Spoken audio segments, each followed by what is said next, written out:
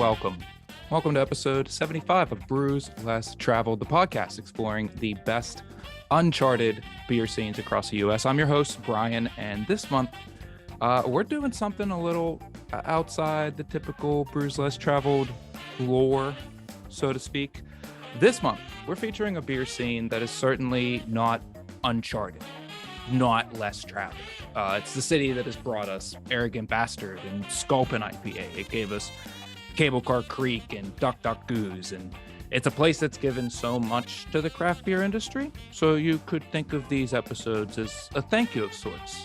You know, we wanted to jump outside of the Brews Less Traveled typical cities and share a city that we, an ode to a craft beer, a giant, a city that has done a lot for craft beer. So for these episodes, join us as we explore some of the lesser charted breweries in a well-charted beer scene, San Diego, California. So for these episodes, I've got a new co-host, great guy. He lives in the state of California. He's been a co-host on this show before, 2 times. Going to be the first 3-time co-host, I think, since MC.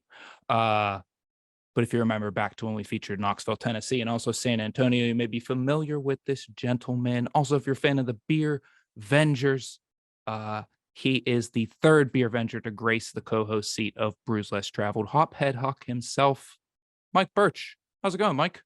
Good. Wow, what a great introduction. Thank you. Oh. It's great to be here. Am I still muted? No.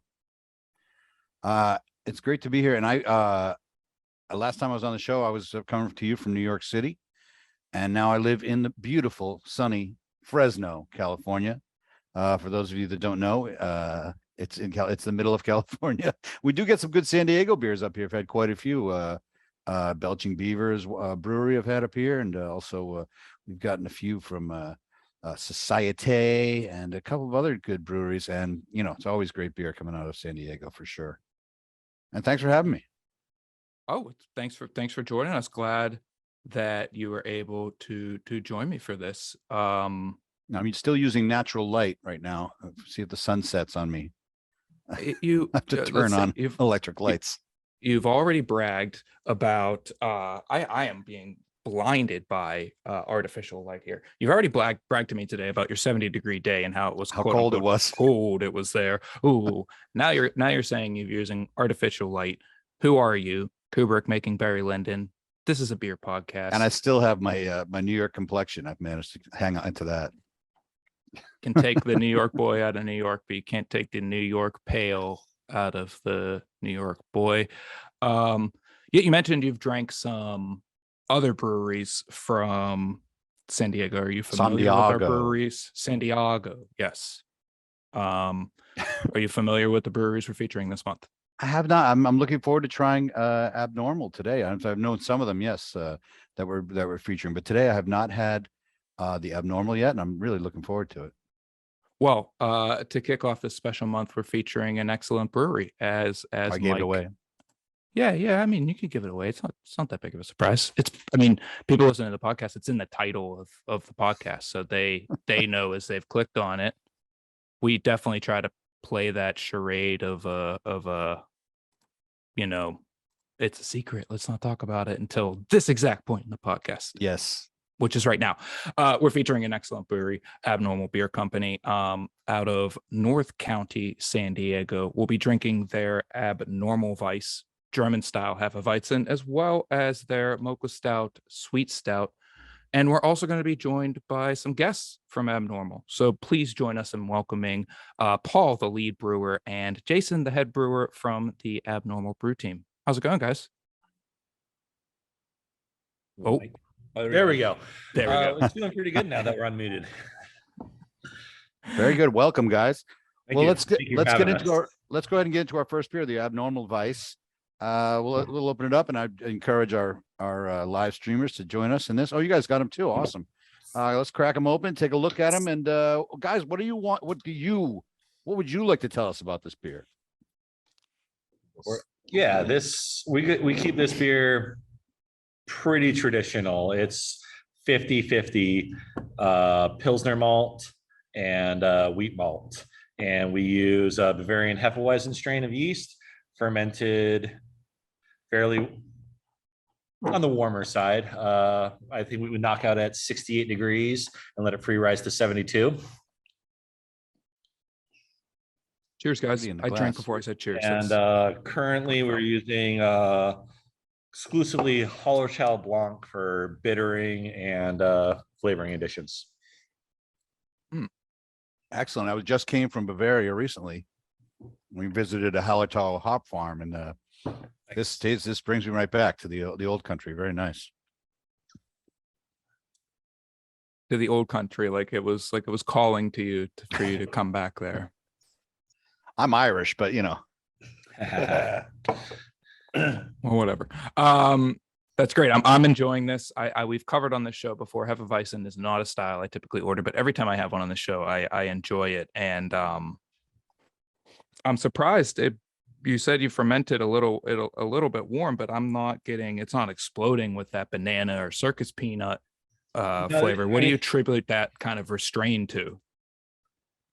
That's an interesting question. I don't know exactly. We've been doing this beer pretty consistently for a while, and it's been pretty subdued on the banana. I would say it has to most likely do with the yeast strain. Then you definitely get more of a clove, like candied banana second, but it's not. I think when he's that, but also you get it's banana, but like that bubblegum kind of like aroma. Mm.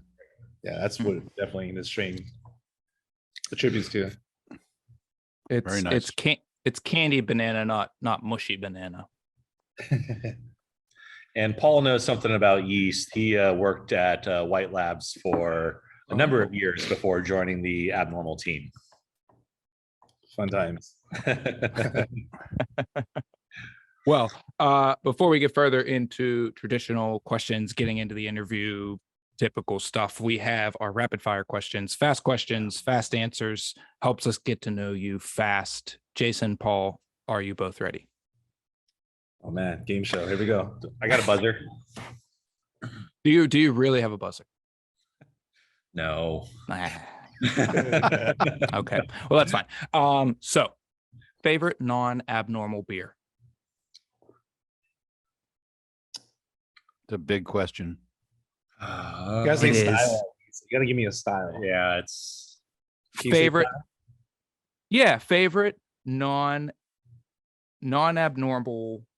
Let's go like a wheat forward beer. German, Belgian, American, take your pick. Fortunate Islands, Modern Times. Wow. All right. Mm, There you go. Great wheat beer. okay. Staying in town. That's a good one. Yeah. Paul, you want to top that? Yeah, that was a tough one. Maybe a Berliner Weiss. I know. I'm trying to think of a wheat beer in San Diego. Like, there's not many of those out there. Yeah. Okay. I would say Epic with they have a lot of traditional style beers. They also have a couple of non-lagers. For me, at least. Trying to think who else it would be. Man, don't drink a lot of wheat forward beer generally, but if it is, it's something. Yeah, Fortunate Islands would be my go-to. There's not a lot of hefts out here, dude. It's a trip. That's a good question. There's not a lot of California. Yeah. Okay. I mean, I think we have the only core Hefeweizen in San Diego. I'm pretty sure. That's a good claim to fame. Maybe we All should right. go Well, there go you for go. an easier question this time, Win and Brian. see Carl Strauss. That'd be the Win and See? see. C from Okay. Carl Strauss would be the Okay. Hefeweizen. Okay. All right. Yeah, we'll go. Yeah, we'll go with some simpler questions here. These are supposed to be fast questions. Surf or skate, both of you. Unfortunately, both, and I'm 6'6", so Oh. it ended very badly. I broke a lot of bones. Oh boy, what are you riding? Like an 8.8 deck? Not anymore. I think I have a longboard that I use with my kids. But yeah, I don't do that too much anymore. Refrain to body surfing now. But yeah, not definitely back in the day it was surf in the morning before high school and then drive up to the mountains and snowboard in the evening and then always skateboarding in between. Wow. That was Sounds it. like That was a pretty good fun. question. Wow, you got the full board there. Dang, dude. Paul, surfer Uh, skate. oh, definitely skate and blading for sure. Oh, blading. I was that one guy that freaking bladed with all the skaters. You were the I you were was- the booter. Yeah, I was 6'3" Yeah, lineman. nobody was going to lineman- tell you any otherwise. lineman playing or blading out there, all the skaters and getting yelled at because I could break my ankle and not play football the next day. Oh man. I remember those days. Yeah, for sure. Okay. Okay, so favorite movie featuring San Diego. Mm, Oh, dude, Anchorman. gotta Anchorman. be. Anchorman.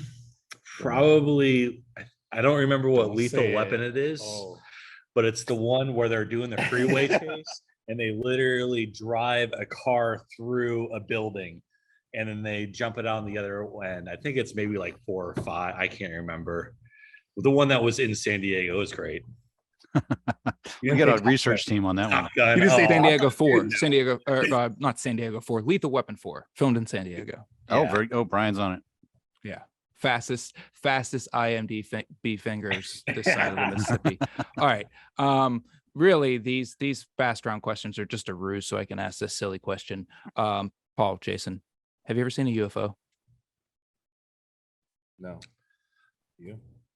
I mean, I wasn't able to identify anything that I saw up there. Definitely want to believe, but yeah. I've been out in the desert in Joshua Tree and seen a lot of different things, but everything always seemed like a meteor. Always wanted it to be a UFO. Okay. All right. I do have one more silly question. Paul, you're listed on the Abnormal website as Big Sexy. Is it fair to say that Jason is your Razor Ramon? Your Scott Hall?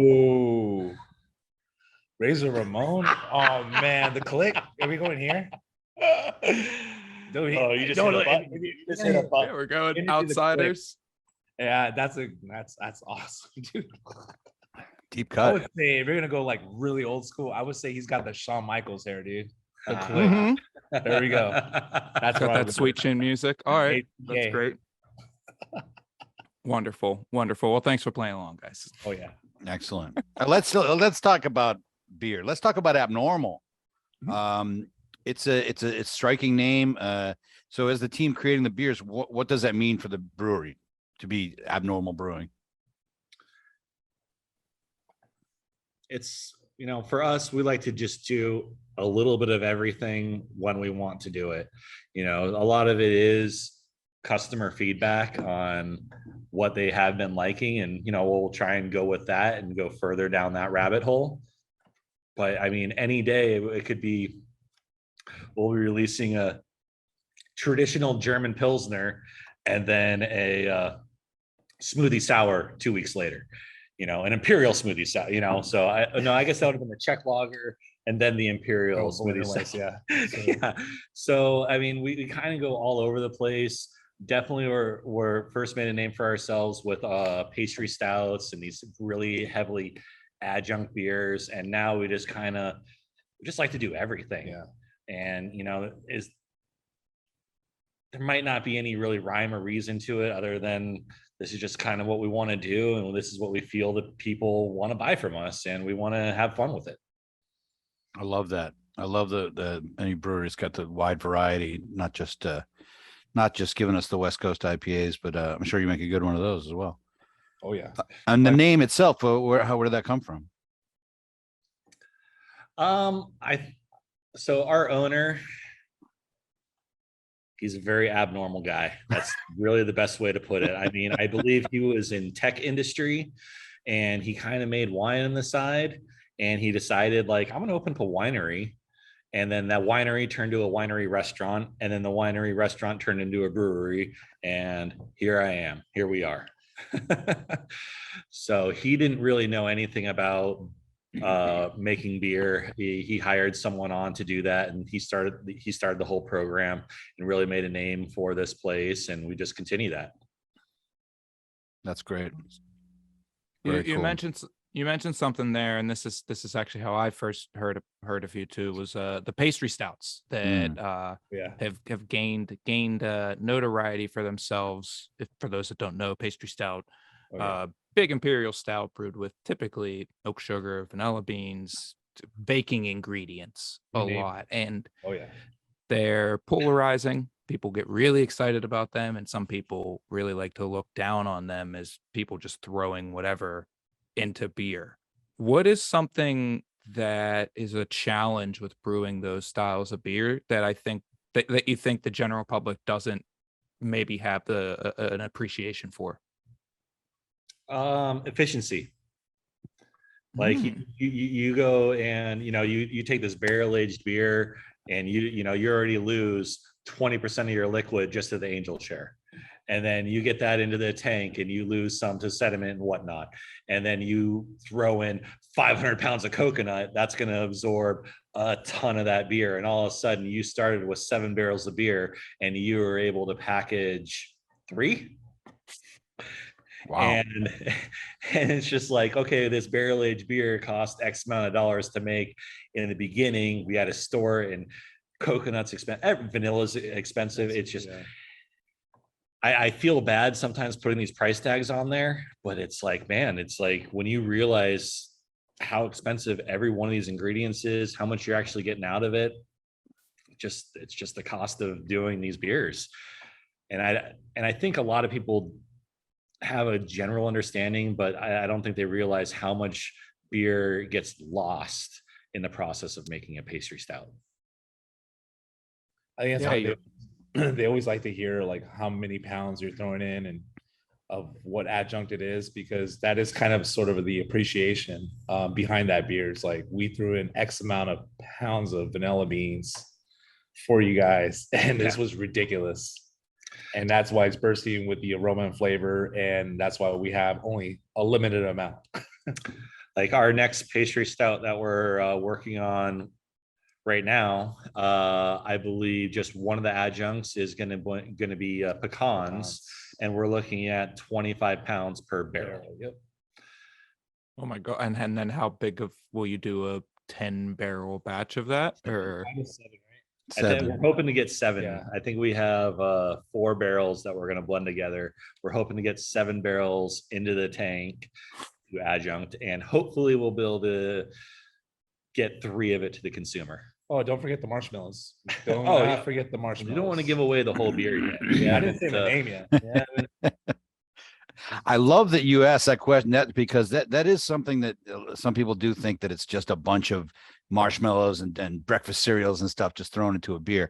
But yeah, it's a lot. That's a lot of work and a lot of dedication's got to go into that. So, and I love them too. I think there's space for traditional beers and experimental beers and pastry stouts and everything.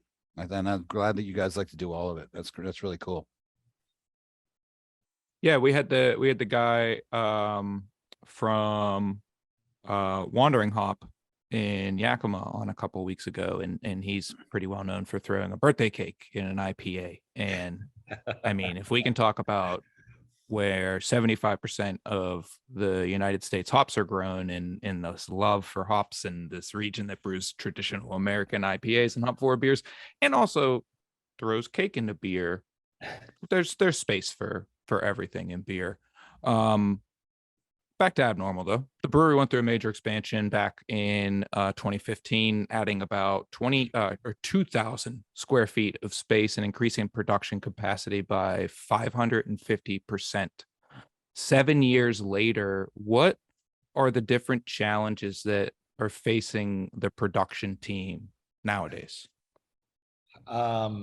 When he made that expansion, were you? I don't think you were even here. That was No, I came in. Yeah, it was already then. yeah. So, I mean, you can see some of the tanks in the background here. That's part of that expansion.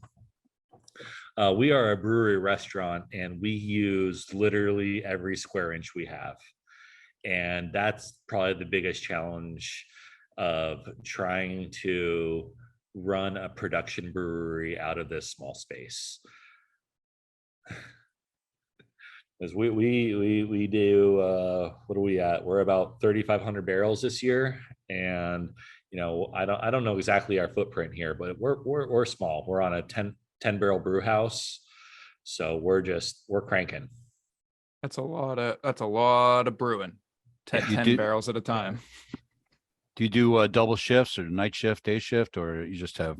Double batch. Yeah, we double batch each day. I usually am come in the morning and start it anywhere between 5 and 6 in the morning, and then occasionally we do triple batch days, and then I will start at 4 in the morning. Or if we're doing a multi-step lager, we'll start really early too. So everybody wants to talk about, people like to dwell on the things that can make a day go wrong at 4 a.m. What is something that could happen at 4 a.m. that you're like, oh, this day is going to be great? Is there not the answer could totally be there is nothing that can happen when I'm going to start a triple brew day at 4 a.m. that's going to give me an indication it's going to be a good day. That's fine. I gotta say, most days are good days here. We have run into our little fires here and there, but we have a really solid team. And when problems arise, we have a lot of experience here, so we can take care of things pretty quickly. It's got to be something pretty catastrophic for us to really be like, Oh, I got a good one. Like maybe a freaking we used during 2020 we had a patio tent that was seated in the front and it blew over. We had high record winds. It was like 69 mile per hour winds that normally we don't get here in San Diego, and it took our whole tent into the next building next door, and that prevented us from brewing that day. Oh, that was a very big tent. I guess so. But I mean, and occasionally, because of how we do production, I would say heat. When we have day after day after day, our glycol can't keep up with it. So it's like, all right, we need to crash this tank, this tank, this tank, and we crash all these tanks, and it will take 3 days for them to crash because it's so hot out here. Thankfully, this summer, I think we had like 2-3 weeks or so, and we got it fairly easy this summer. But when we're really cranking, that's one of our biggest hindrances. I bet. And in January, we will be upgrading our glycol system. We already have the whole unit up at our warehouse ready to go. And January is the month that we do. I mean, nobody's drinking in January, so they shut down the brewery and we'll be ready. Clean it all up and get it ready for the whole year. Fantastic. Well, let's get into another beer, yeah? Let's take a beer break and talk about the history of San Diego beer. Like many American cities, San Diego's beer history dates back to the 1800s, and like many American cities, most of the breweries did not survive Prohibition. When Karl Strauss Brewing Company opened in 1989, it was the county's first craft brewery and first brewery to open since 1953. Karl Strauss exposed drinkers to styles that would become craft beer staples, such as pale ales. The mid-90s brought a second wave of craft beer to San Diego, with well-known breweries like Stone, AleSmith, Ballast Point, and Pizza Port opening during this time. Smaller breweries continued to pop up as well, and in the 2000s, San Diego became a mecca for beer festivals. The Strong Ale Festival, San Diego Beer Week, and they even played host to the World Beer Cup in 2004 and 2008. 12 San Diego breweries were awarded a Best Brewer or Brewery of the Year award through the 2000s as the county solidified its claim as the beer capital of the world, showcasing its innovation, its influence on the industry, and accolades from every major competition in the beer industry. Today, the county is home to over 150 breweries, more than any other county in the United States. The beer industry has a tremendous impact on the local economy, providing over 5,000 jobs and millions of dollars in revenue. San Diego is a wonderful county with great beer history that we're excited to show you this month. But for now, let's get back to the show. I want to try this Mocha Stout out, and I got to say, I love your packaging too. I mean, I love the simplicity, but also like you see it, who you're getting. I hate it when a label is too busy. So I like the simplicity. And what can you tell us about this Mocha Stout? First and foremost, we use a local coffee roaster called Bird Rock. Yep. And we use our own custom blend that Paul and I have been experimenting with. We use a darker roast in a heavier quantity, and then we back it up with a light roast as well. And I think that really helps this beer out a lot. We try to bake this beer as thick as possible. I believe this finishes around 8 Play-Doh or so. For those listeners that don't know, 8 Play-Doh, that is a lot of sugar left in a beer. That's the starting gravity of like a light Czech lager. Yep. Right? Ooh. Yeah, A really light Czech lager. We're going to be brewing a Leish beer here soon, and I believe my starting Play-Doh is 7. So yeah. But it's not cloying. There's so much depth to that coffee flavor. That's interesting that you mentioned that. I wonder if I would have picked up on it if you didn't mention that you layered those different roast levels in there. But there's so much depth to the coffee flavor. There's so much body, but it's never cloying. It backs off. There's still some reserve to it. It's wonderful. This is such an enjoyable beer. It really is. I love a coffee stout. Like, I love it when it just gives you coffee flavor up front, coffee in the finish, but this is just like really very smooth. And it's a sweet stout. So I'm assuming we're talking about a milk stout. Yes, fair amount of lactose in this, fair amount of oats. And sometimes I feel like the lactose can be too much. This is like you can actually taste it. It's really smooth. It's like chocolate milk and coffee and beer. And I'm getting so much out of it. This is really excellent. Oh, thank you. A lot of complexity with the Bird Rock blends that we use. There's Happy dance on this one. It's like the baker's chocolate, and that's not even including of the cacao nibs that we're toasting ourselves and adding into this beer. And we're putting the extra touch to it. Basically, like if you're ordering at a local coffee shop, Starbucks or whatever, we're trying to do the same here, emulating. Yeah, with our true mocha flavors. And I think we do put a little bit of vanilla in this as well, just to help round out some of those flavors. Oh, really good. That seems like that. Maybe it's the other way, but it seems like the pastry stout brewing has very much influenced this beer in terms of layering those flavors in. Absolutely.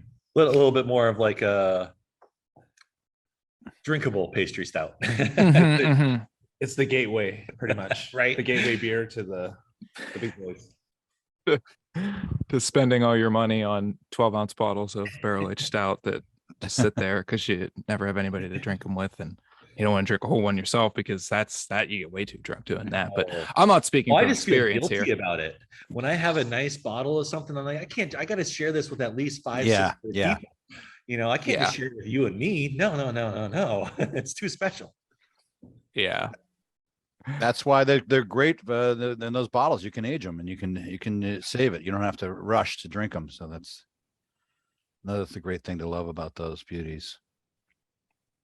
Yeah, I mean, they're definitely polarizing. They have, funny memes and this funny talk in the industry and craft beer circles about them. But like, there is something to love about that shareable aspect of it. It's something that goes back to the origins of beer, of this communal gathering, right, beverage that was a catalyst for things. Like pastry stouts, that's a catalyst. I mean, that gets people together and sharing and talking and creating memories. So yeah, pastry stouts rule.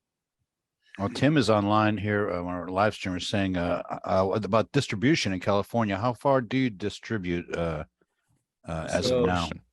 Currently, we are only in really Southern California, as far as the Los Angeles area. Oh, excuse me. And we are looking to expand, I believe in January, to the San Francisco and greater San Francisco area. Nice. Yeah, it's just been a slow expansion trying to figure out. And even want to buy direct to us from California, we'll ship directly to you. Oh, is that right? California, yes. Yeah, we can ship anywhere in California. So don't forget that. Look at the website. Oh no, yeah, I'll definitely will That's do that awesome. now. Get some of those pastry stouts. That's awesome. Plug abnormalbeer.co. Abnormalbeer.co. That's awesome that you're able to ship those all around the state. I read that all abnormal beers are gluten reduced using a product called Clarity Firm. Knowing now that Paul, you have a background at White Labs, did that influence the use of Clarity Firm, and what does having those gluten reduced options mean for Abnormal?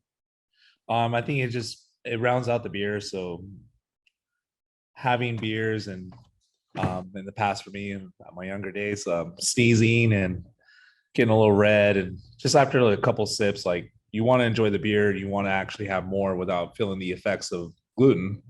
And White Labs really implemented the product of Clarity Firm, and we decided that if we're going to brew beers, why not add it to pretty much almost every beer style that we have? That way, everybody can enjoy it without the effects of it. And just FYI, if you guys are buying Abnormal beer, the only style we don't use it in is hazy IPAs. Hazy IPAs is the only time we will not use the Clarity Firm or Brewers Cleric enzyme. Wow. Yeah, excuse me there. I misspoke. Yeah, it's not all the beers. Thank you for Just making sure. Yeah. People need to be people need to watch out that have to that need to follow that diet. Yeah, is that something that you market strongly, or is it something that Not strongly. We actually haven't ever had it tested to see what level it's at. So we do put that word of caution out there. But we do put it in all of our beers, and it does actually just help, I think, with the overall presentation of beer as well. Aside from just being because aside from it being gluten reduced, we don't have any filters here. So everything is either biofined or clarity formed or a little of both. So drinkability and shelf stability. That's what we're pretty much. Oh, okay. There you go. Wow, Getting that's the really protein out of there definitely helps with that. Yep. now that's certainly, to my understanding, is pretty abnormal in the Oh, industry. don't do it, Mike. Don't do it, Mike. No dad jokes. There you go, man. There's no dads here at all. Yeah. Well, we got said, Brian. I am a dad. I think we all are. We all are. Okay, cool. Go. I will refrain from making dad jokes. You mentioned something about the shelf stability there on the bottom of my Mocha can. It has a Best Buy drink by date of September of 2023. Is that how do you determine those dates like that, and do you attribute Clarity Firm to being able to give you that long shelf life? That's a good question for Clarity Firm. I don't know exactly what gives us a long shelf life. I think it's a combination of a lot of things. I think the Clarity Firm does help. I think having low DOs in our packaging line is really what it comes down to mostly. And our packaging team has been doing an excellent job. We've been doing a lot of QA with our beers, holding it for X amount of days and testing it. And, this was a decision that we made 6 months to a year ago, that a few of our beers are really just holding up. They were holding up great. Yeah. We have an excellent cold box that is way too big for us. But, we got to keep all of our beer extremely cold all the time, which helps out massively. And Mocha Stout has been tasting great for well over a year. I'm pretty sure we could have done 18 months or 2 years on that, but we're like, let's keep it here. That's not going to be any problem. Same thing with Hefeweizen. We have a 1 year on that, but seeing how that's a beer that the yeast really keeps that beer alive. Yeah. So, I've still got that good head going on that one. Yeah. Awesome. Oh, yeah. I love the lacing on that. Yeah. That's looking good. Cool. We will not show my glass. I did not clean my glass. I do not have as a beer clean of glass as Mike. So what about the San Diego beer community? We got a lot of breweries there, right? So what's it like being part of that community? It's a roller coaster. I mean, there's so much competition and so much camaraderie at the same time. It's it's really interesting. You know, yeah, I don't know. That's a really, I don't know where even to start on that question right now. I don't know. It's a community for sure, and you can even joke around. Like sometimes it's a group of people that reminds me of, it's like a fraternity. Like some groups are over here, some groups over there, but in the end, when we have a festival, everybody comes together, and it's a huge like I don't know. I would say like a neighborhood barbecue.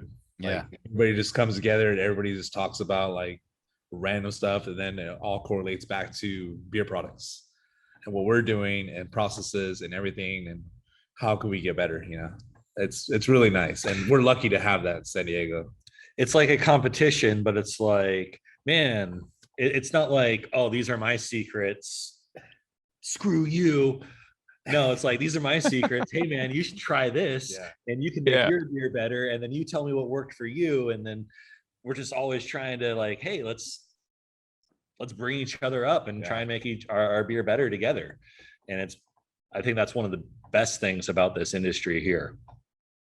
Have you done any? Oh, go ahead, please. I was going to say our Brewers Guild is a big part of that. They really put on events together. We'll even have like educational classes or our own kind of like CB Craft Brewers Conference with just, San Diego. So they really help keep this community together here. Nice. And have you done, go ahead, Brian. I was just gonna say, I know that Brewers Guild is looked at as somewhat of a model for other Brewers Guild to really build that sense of camaraderie and that spirit of a rising tide raises all ships. But yeah. Sorry, Mike. Please say whatever you're going to say. Have you done any collabs with other breweries or? Oh, absolutely. Oh, yeah, you have. We've done collabs all around San Diego. Nice. Our next collab coming up is going. Well, I'm not sure if it's going to be either Bike Dog or Artifacts. We can talk about the one that's in the tank. What's in the tank right now? Immersion. Oh yeah. Out of Bend, Oregon, Immersion Brewing Company. Okay. Oh yeah, great. He's the head brewer. Used to actually be a head brewer down here in San Diego, and moved over to Bend, Oregon, and headed the facility at Immersion Brewing Company. And we decided to collab. And when he came to town, and he did his whole cycle of collabing with everybody during that whole week, and it was really awesome. And we got a New Zealand Pilsner. Oh, sweet. Actually, what I've been drinking on the side here. Oh, lucky you. That is. It looks good. One of my favorite styles.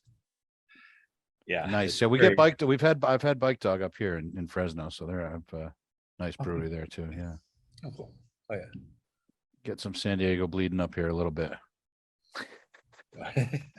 How much do you think having those big breweries in town plays a role in that? Stone's there, Ballast Point's there. I think you mentioned Modern Times earlier. Lost Abbey, White Labs is there. Yeah.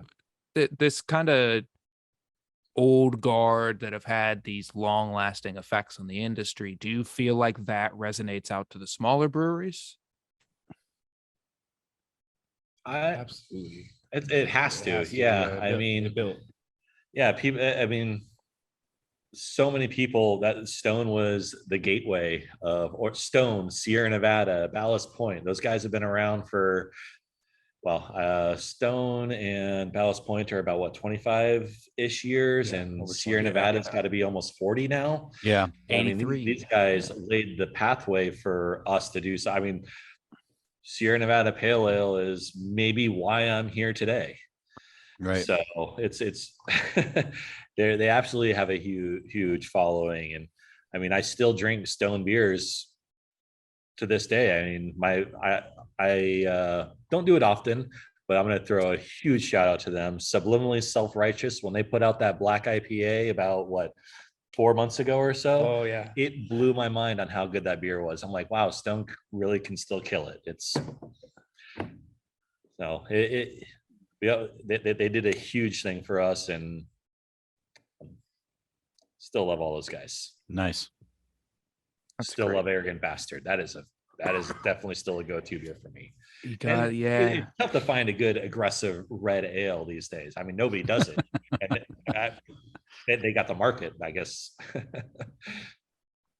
No, it's just impressive to be able to get that much flavor out of Chinook and caramel malts and do it that way for so many years and like influence so many people with an arrogant brand to make a pun. I served Stone beer at my wedding. I served Stone Pale Ale at my wedding. It's definitely a beer that even all the way out here in Pennsylvania that has had an impact on, you know, my craft beer drinking over these past, you know, whatever, 15 years. What can I say that would make it seem like I didn't drink before I was of legal age? 15 sounds good. 14. I'm 35. Final question, gentlemen. Thank you so much for joining us here. But what do you wish? We talked a lot about beer and San Diego beer scene, but what is something that you both personally wish San Diego was more well known for on top of the beer? People. There's like Quick answer. it's a lot of small communities that are not on TV, not out there, that they're like the gateway to experiencing the best cuisines of any style of food. We're a melting pot city. Absolutely. So we have I know in the 90s Cambodians came over. There's a lot of good cuisines down there in City Heights in San Diego. Mexican food is all around. I mean, Yeah. you name an area. It's a everything. I don't know. What's your answer? Well, I don't want to say anything now. He fucking killed it with that one. So, but he's absolutely right, man. We definitely have a food and beverage destination. I mean, one of my favorite places. I got a Vietnamese place and a Thai place right down the street. Yeah, Little Italy. Little Italy's over awesome, here. yeah. Yeah, it's great. There's so many great spots. North Park, South Park. They all have. Barrio Logan is It's also all coming over up, the yeah. place. On, you know, you can just walk down the street and it's a completely different community, but it's all pretty just relaxed and accepting, which is cool. It's just a nice mellow town. That's why there's so much to do in San Diego. And it's like 70 degrees every day, right? Oh, weather's been crazy now. Past years. Got down to like It's 66. I don't know, man. It's not normal. Oh, Here we go again. no, I'm not gonna do it. It's wonderful for you. I'm actually happy for you that you get to enjoy that wonderful, beautiful weather. I enjoy the weather that we have here in Pittsburgh. It works for me. Yeah. But I know it sucks and it's not as good as the weather out there, but I just make it, you know, seem like it's good because it's mine. Paul, Jason, thank you both so much for joining us today. Anything to plug? You can also find us on Tavor. We've been trying to get more beers involved with them. We'll be having the New Zealand Pilsner. They'll be picking up some cases of that. That's going to be released mid-November or so. Other than that, yeah, find us at abnormalbeer.com or .co rather, and ship to everywhere in California. And there you go. Hit us up with any questions. It's awesome. That's great. Well, thanks to Abnormal for supplying the beers for our beer club. These are great, and I can't wait to drink the rest of these. If you'd like to join the club, head over to brewvana.com and check out our subscription options. Get great beers just like these shipped directly to you. You can also follow Abnormal, like I said, on Instagram at Abnormal Beer Co. You can follow us on Instagram at Brewvana. Next week, we'll continue our journey through San Diego with our next featured brewery. But until then, stay safe, be kind, and support local breweries. Cheers, everybody. Cheers. Thanks, guys. Cheers, guys. Thanks for watching Brews Less Traveled on YouTube. Be sure to like this video and subscribe to our channel for more interviews with brewery professionals.